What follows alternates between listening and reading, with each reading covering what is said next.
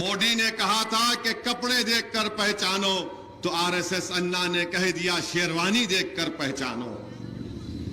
میرے عزیز دوستوں اور بزرگوں، موڈی نے کپڑوں کی مثال بتا کر کہا کہ ان سے خطرہ ہے، تو آر ایس ایس انا بھی شیروانی کو دکھا کر کہہ رہے ہیں کہ ان سے خطرہ ہے، اور کہتے ہیں کہ مجلس رضاکاروں سے ان کا تعلق ہے۔ ارے آر ایس ایس انا، تم سیاست میں چیپیدی کا شیروا ہو، تم تاریخ کو نہیں جانتے۔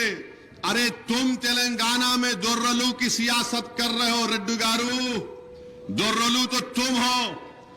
ارے مجلس کا تعلق کوئی رضاکاروں سے نہ تھا نہ کبھی ہے، تم ہماری تاریخ کو نہیں جانتے۔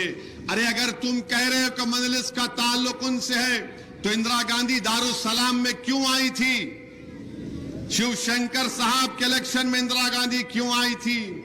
اگر تم کپڑوں کو نشانہ بنا رہے ہو تو معلوم ہوا کہ تم نفرت کرتے ہو شیروانی ٹوپی پہننے والوں سے۔ تو جو لوگ سر پر ٹوپی اور چہرے پر داڑھی رکھتے ہیں، یہ کانگریس کا صدر ان سے نفرت کرتا ہے۔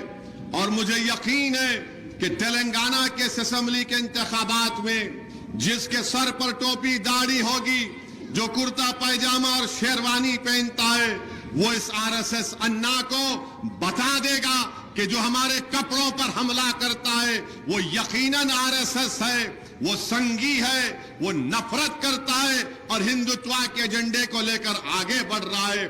ارے تمہارے پاس بولنے کو کچھ نہیں ہے تو تم ہمارے کپڑوں پر آ جاتے، تو کبھی ہماری داڑھی پر آ جاتے، تو کبھی ہمارے ٹوپی پر آ جاتے، اور اس کے بعد ہوتا کیا؟ حملے شروع ہو جاتے، ہم پر حملے شروع ہو جاتے ہیں۔ تو اس کو بولتے ہیں انگریزی میں ڈاگ وزل پالیٹکس۔